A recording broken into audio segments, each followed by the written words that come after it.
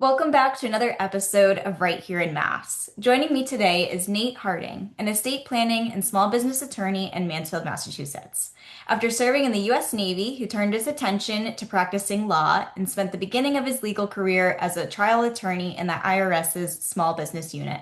His experiences led him to believe that he could offer more by advising small businesses directly and proactively, so he shifted his time to serving through a venture-backed startup in California. Since leaving the startup world, he has brought it full circle to help businesses and families in his community. Nate, welcome to the show. Thanks for having me, Ashley. Yeah, thanks for being here. I'm Excited to be looking here. forward to having you on. And I'd love to start off by having you share with our listeners more about who you are and what you do. Sure. So I'll give you the full background. I'll try and keep it as brief as possible. But I'm a Braintree native, so I've been in Massachusetts all my life. Graduated Braintree High, ran track and cross country there, and then afterwards went to study my undergrad at Boston University.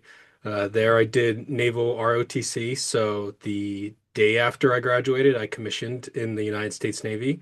And within a couple short weeks, I was serving on my first ship, the USS New York, in their main propulsion division. So liberal arts through and through during undergrad, but within the first couple of weeks, I was on the boilerplates of an engine room leading some engine men. Went through two deployments on the USS New York, and then transitioned to the USS Lassen, which was a guided missile destroyer. Did a counter narcotics deployment with them. And then somewhere between the second and third year of serving, I knew I wanted to come home and start a family. I had met my wife in undergrad and she stuck it out with me. And so I kind of weighed my options, either make the career out of the Navy or come home and do something else. And decided on something else and was figuring out what the next steps would be. And I landed in law school. So I was going to law school in the evenings while working at the Social Security Administration in their Office of General Counsel during the day. And through law school, I kind of had my entrepreneurial spirit, I think, reignited because the military, as you can imagine, kind of dampers those ideas. And ended up falling in love with contracts and tax law, as silly as that kind of sounds. And then looking around the landscape of what I was going to do after law school, I wanted to continue my federal service, but if you're an attorney in Boston looking to work for the federal government, the choices are pretty small unless you're willing to move to DC. But the IRS had a honors program to join them after in their small business and self-deployed or self-employed unit, and I became a trial attorney. That was kind of like learning from the belly of the beast, if you will. Um, Pretty quickly was sitting on the other side of the table with taxpayers who, for one reason or another, decided to sue the government because of their tax bill, and it was my job to defend the IRS in tax court. Um, Throughout my time there, I mean, it was great experience, but I always had this longing to help taxpayers before they ever ran into issues having to go to court to defend against their tax liabilities. So I ended up joining a startup out of California that focused directly on single member LLCs in their bookkeeping, their formation, and specifically making the S election and kind of all the compliance that comes along with that. And after helping a couple hundred small business owners, I was really like, you know what? It's time to do this myself. So I started my own practice. I'm in Mansfield. I help small businesses stay compliant. I lean really heavily into the advisory role, spending so much time in-house. You kind of learn the difference between a legal decision and a business decision. And entrepreneurship at the end of the day is about taking risks. So as much as I want everyone to be as legally compliant as possible, I understand, business decisions sometimes can cross into that gray area. So I try and advise my clients, as much as possible so they're making an educated decision. When I started my practice, I also got into estate planning. So through a couple of trials and tribulations, growing up and with my own family and friends, I learned if you lack a proper estate planning during an already tumultuous time, an already stressful time when you're supposed to be grieving, you can really run into issues that can be prevented with proper estate planning up front. So more and more, I've been growing that side of my practice and helping families get that proper documentation in place so they can either pass on, what they care to their loved ones, or try and avoid the probate process altogether. Yeah, and what an interesting career history you have. I feel like you've kind of like done all different things, but they all, I feel like, have led into one another and brought you, of course, here to where you are today. Yeah, it's definitely not a trajectory. It's more of a, like fun side quests that kind of have all culminated into some very interesting experiences that kind of, help guide me and bring maybe a different perspective to the table. Absolutely. But I think it's especially unique that you have your experience with the IRS, which of course is a really big benefit to your clients because they know that you've been on that other side. And so I'm sure you have really good insight and perspective that you can share with them in their specific situations based on what you had done in your previous role. For sure. One of the Something I spend my most time doing is combating what you hear on social media, whether that be Instagram or TikTok, about those viral hits about how to hire your children, about to, rent out your home through the Augusta rule. They're all proper ways to do it, but it's not as simple as you think it is or as social media will lead you to believe. And a lot of it comes down to intent and substantiation, is being able to prove it, which is where a lot of entrepreneurs fall short. They're busy running their business. It takes a Mhm. lot to bring in clients and then to serve them. So the idea of doing or keeping meticulous records or doing a lot of paperwork can turn around and make the whole plan kind of moot when the IRS says no. Yeah, exactly.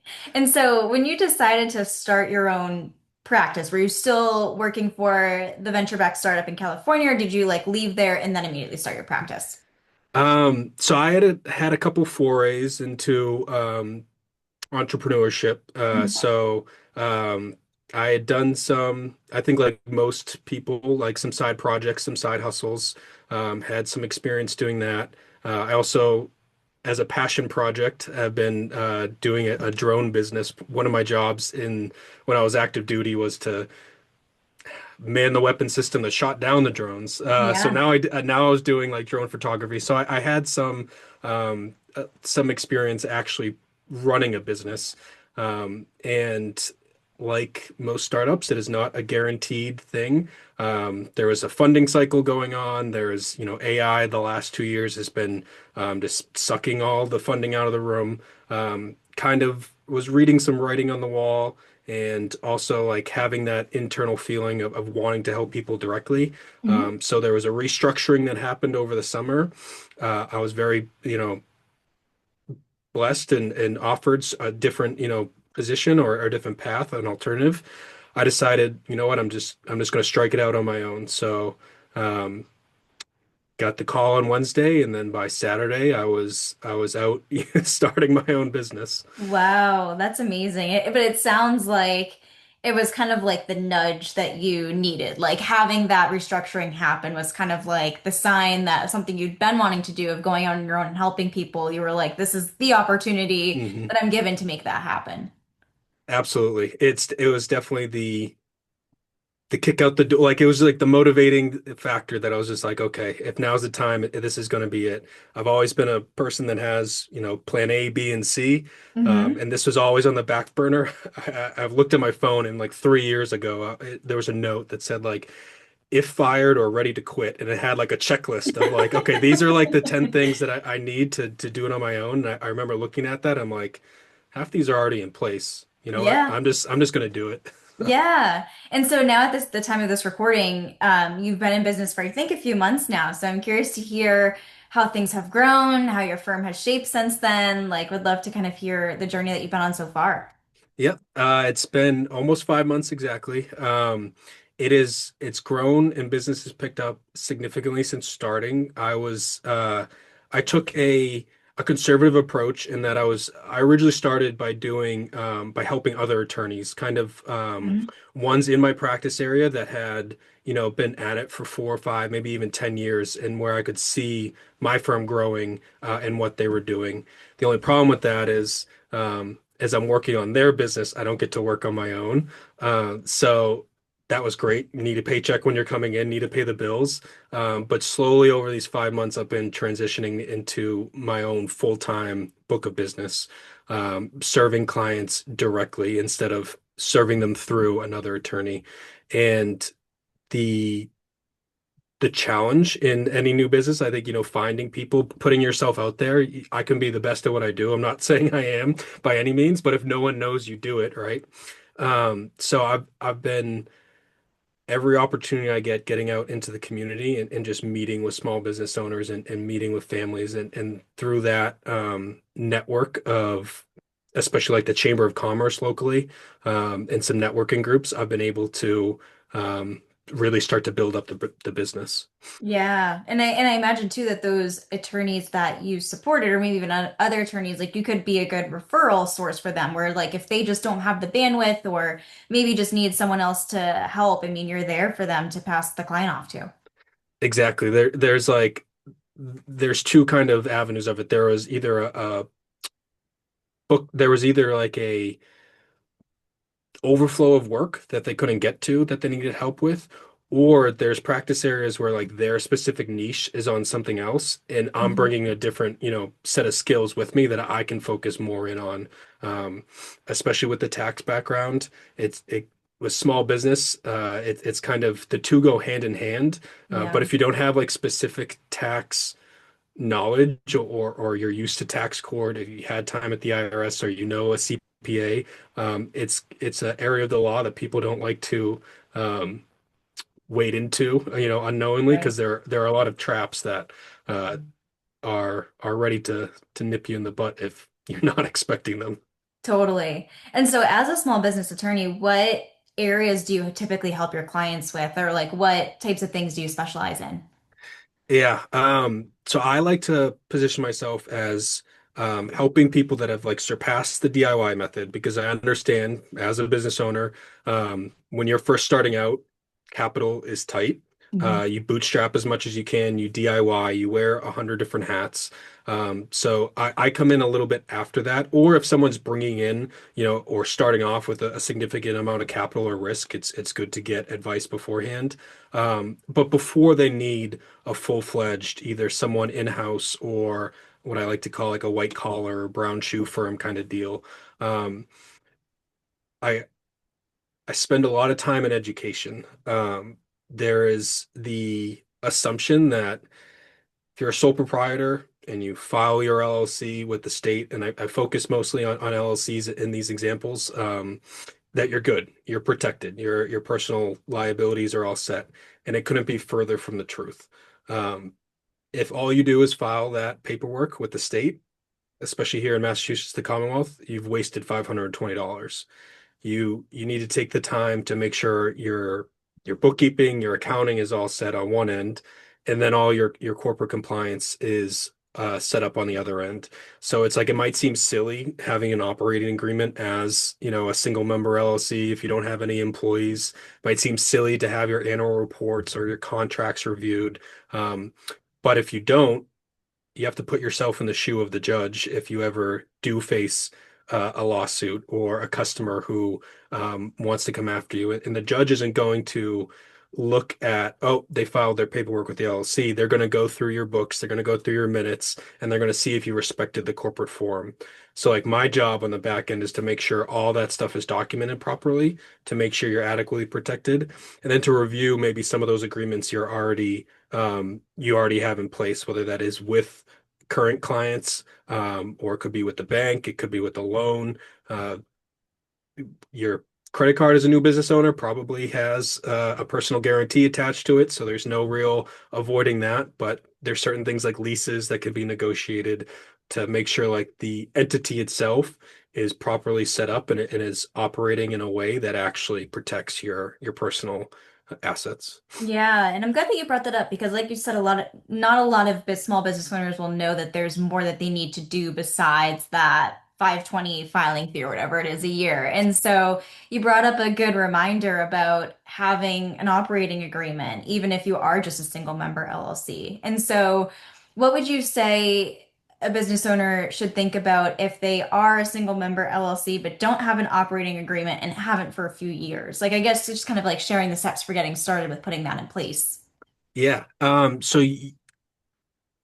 of the camp that a templated one off the internet is probably better than nothing. Um, Although I do remember a law school professor saying no contract is better than a bad contract. But what you want to do is find the template and then read it and try and understand it.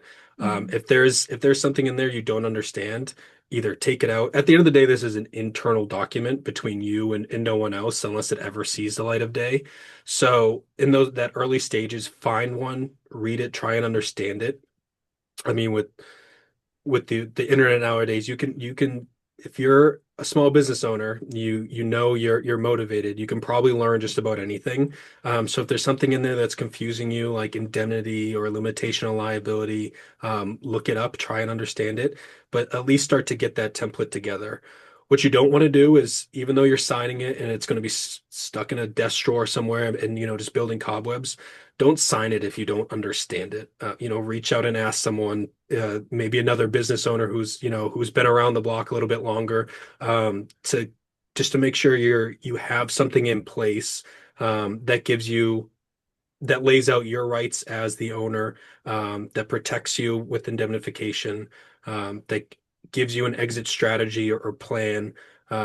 And then more so if you're ever thinking about bringing on employees or investments in the company, kind of what those clauses in there say about that, or take them out and add a little clause that's, basically says you can change it, make it giving you as the owner, the manager, you can change it at any time.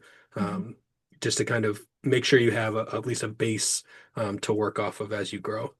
Yeah, and those are really good things to keep in mind. And that just shows like the benefit of working with a professional like yourself who would know that stuff. Because, of course, as small business owners, like we don't know what we don't know. And so, kind of like trying to do things on your own, or like if, like you said, signing something that you don't understand could lead to further problems down the line. And so, just being able to turn to someone who does this day in and day out is really great for just ensuring that you're covered and protecting yourself every way possible.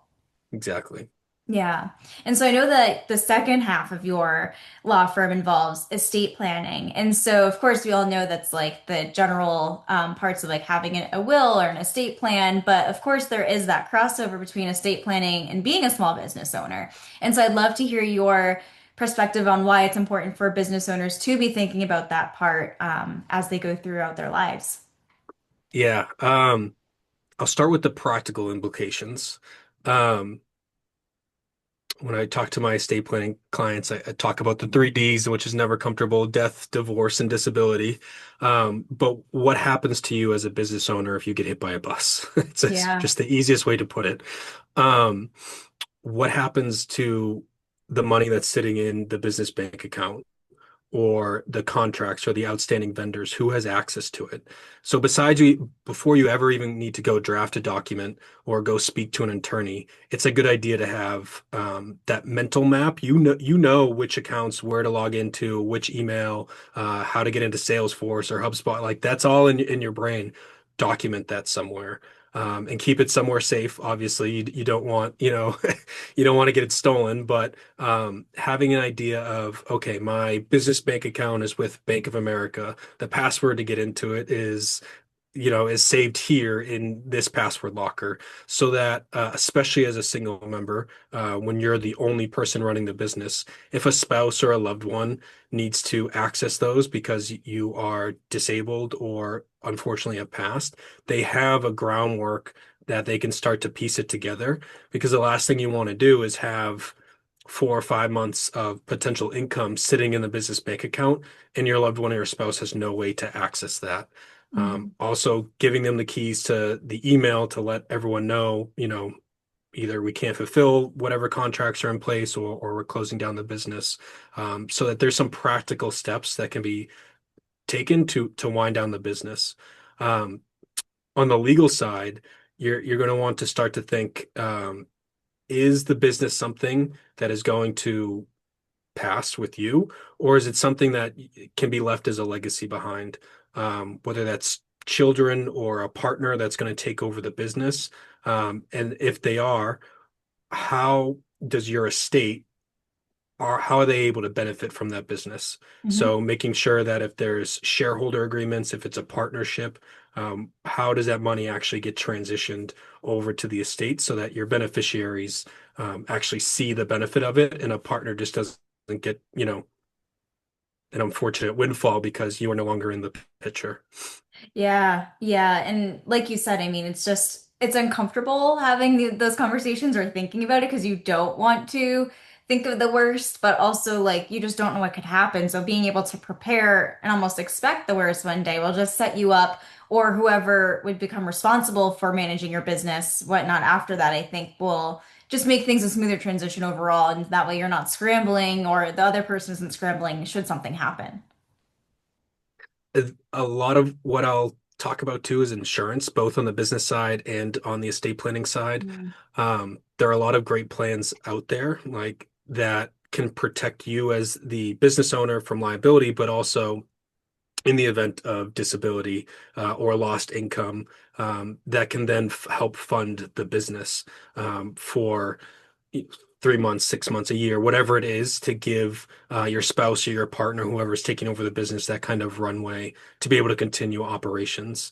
Um, a lot of what I'm seeing now too is with the service industries, private equity coming in and offering capital up front to kind of transition the business owner out, and having those agreements at least contemplated, at least thought about beforehand, should you want to sell the business, um, regardless of death or disability, is an option that not a lot of people think about. They think, their mom and pop shop might not be worth anything, but if you're bringing in 100, 200, $300,000 a year, you better believe that someone would be interested in picking up where you've left off and continuing to run it.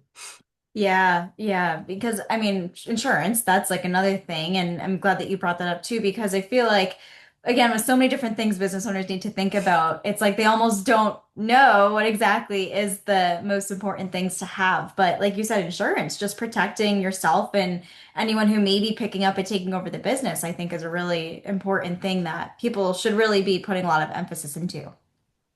Yeah. I don't like to get like too ahead of myself or too ahead. Like I don't want the business owner to get too ahead of themselves. Yeah. If they're like, take baby steps, you're out there, you're like, let it grow at its own pace. But as you're kind of have that downtime, start to think about ways you can protect yourself and where you see the business in 1 year, 5 years, 10 years. I think we can get into like analysis paralysis. We can overthink everything.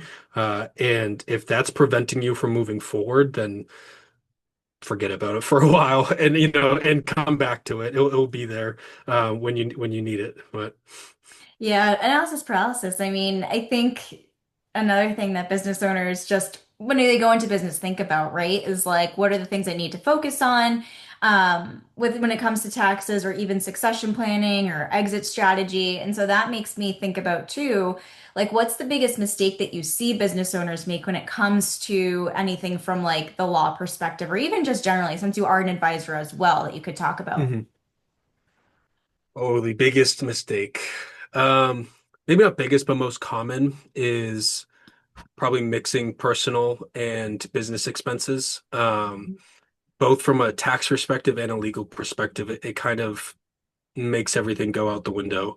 So it's like you can always what I recommend is if you have an expense and you're not sure, or you don't carry all your credit cards or debit cards around with you all the time, and you have something that's going to be a business expense, it's easier to pay for it personally and reimburse yourself from the business than it is to put personal expenses on business cards or in business accounts. Hmm. Once you do that and you do it habitually, the whole idea of the entity being separate goes out the window, and you're operating the business as a piggy bank. That means not only like a creditor or a potential lawsuit can just what we call pierce the corporate veil, act as if it doesn't exist.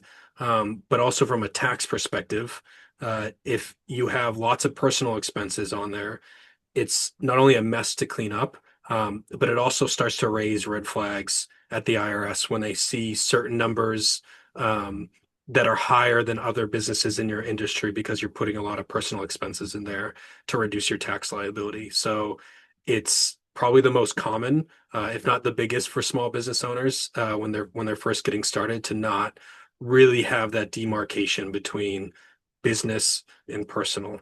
Um, the easiest thing is to get separate bank accounts, even if they're both under your social security number, um, just to have everything clear in your mind. And especially before things get busy and as it grows, uh, that you already have those kind of systems in place to mark out which one is which. Absolutely. Yeah, especially because I mean, even just thinking from like the habit perspective, like you don't want to get into the habit of like continuously using your business card to pay for personal expenses because then it'll be harder to like break that habit once the time comes around when, like you said, the business is growing, it's scaling, and different factors are coming into play there. So yeah, I think that's a good piece of advice. And then what would you say when it comes to like the estate planning aside, like a mistake that you see people making often there?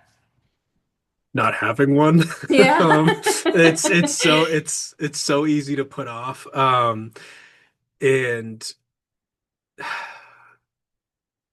or getting one. So like estate planning, if I recommended before getting a operating agreement off the internet, I wouldn't recommend getting a basic estate plan off the internet. It's tempting.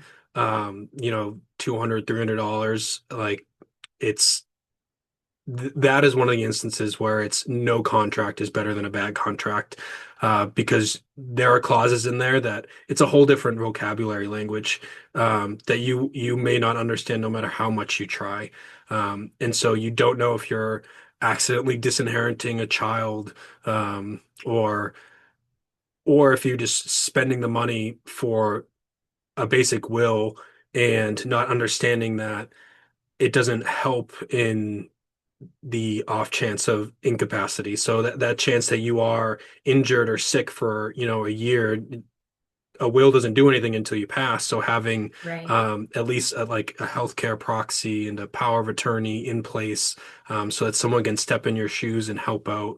And if the documents are drafted correctly, like with Massachusetts law and signed properly, the judge is just going to throw all that out anyways when you have to go through probate court. So it's kind of like you just wasted your time and effort.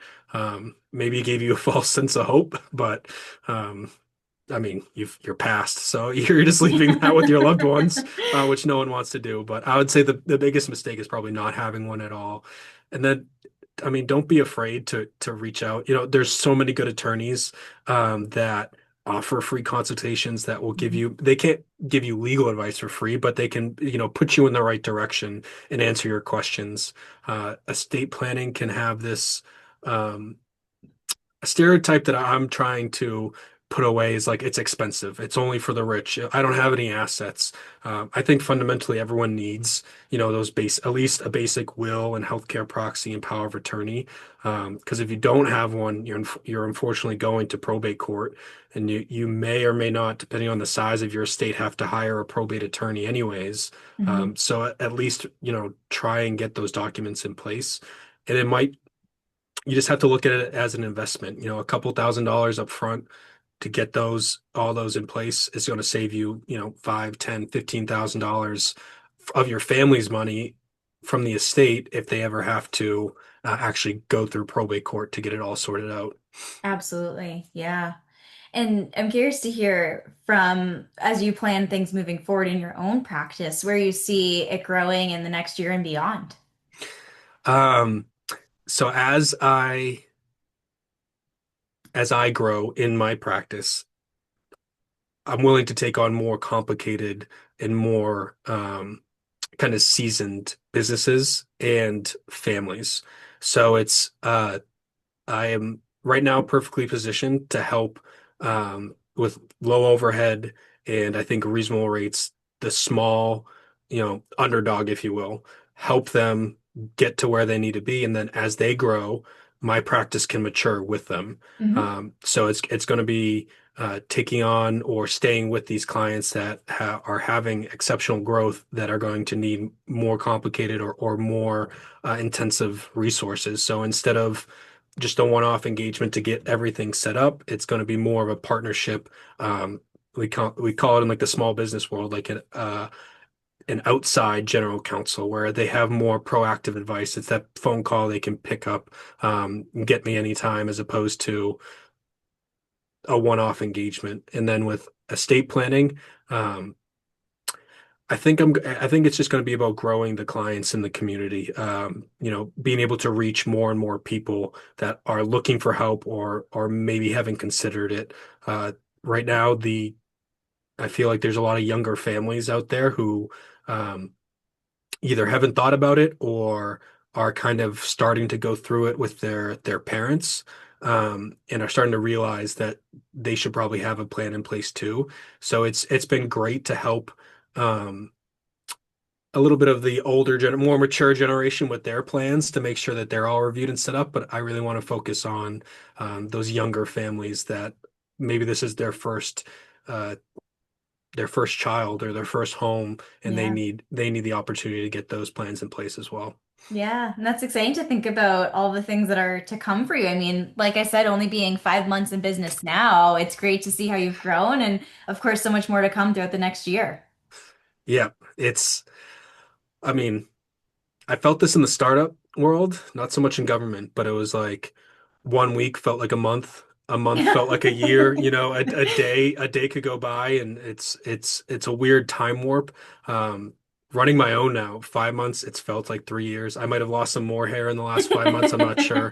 And then, but being able to take it day to day as well too. It's like I'm looking at things from just 2 weeks ago, and I'm like, that was 2 weeks ago. It felt like a month ago. It's Yeah, exciting, but it's the ownership of it is it's rewarding beyond, I think, words. absolutely. And now, a fun question for you. What would you say are your favorite local businesses to support? My favorite local businesses to support. Well, I spend a lot of time at Fit Factory, which they have, I think, like 5 or 6 locations in Massachusetts. So I have one here in Foxborough that I frequent often. Um, there's a nice little coffee shop here in Mansfield, La Dessa Cafe. Um, where else do I go most often? So the Fresh Market is not so much local, but they are like an alternative to Star Market or Stop and Shop. Hmm. Um, that's a fun market that I'll go to often. Um, my Tri-Town Chamber of Commerce, I have to give them a shout out. I am there probably 2 or 3 times a week Oh, for that's different awesome. meetings and just networking. Um, I think the executive director over there is probably like, what are you doing here? I mean, like every single opportunity I get to, I'll go there. So that's I have to give a big shout out to them.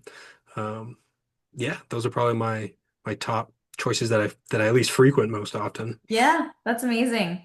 Nate, this has been such a great episode, and I've so enjoyed having you on the show. And I'd love to have you share with our listeners where they can find you online in case they'd like to connect. Sure. You can go to somniumadvisory.com, or I mean, my direct email is nate@somniumadvisory.com to reach out, and I'm literally always happy to help. Amazing. And I'll link to those places in the show notes that our listeners can find you and connect with you from there. But thank you so much again for coming on this week's episode of Right Here in Mass. Thanks, Ashley.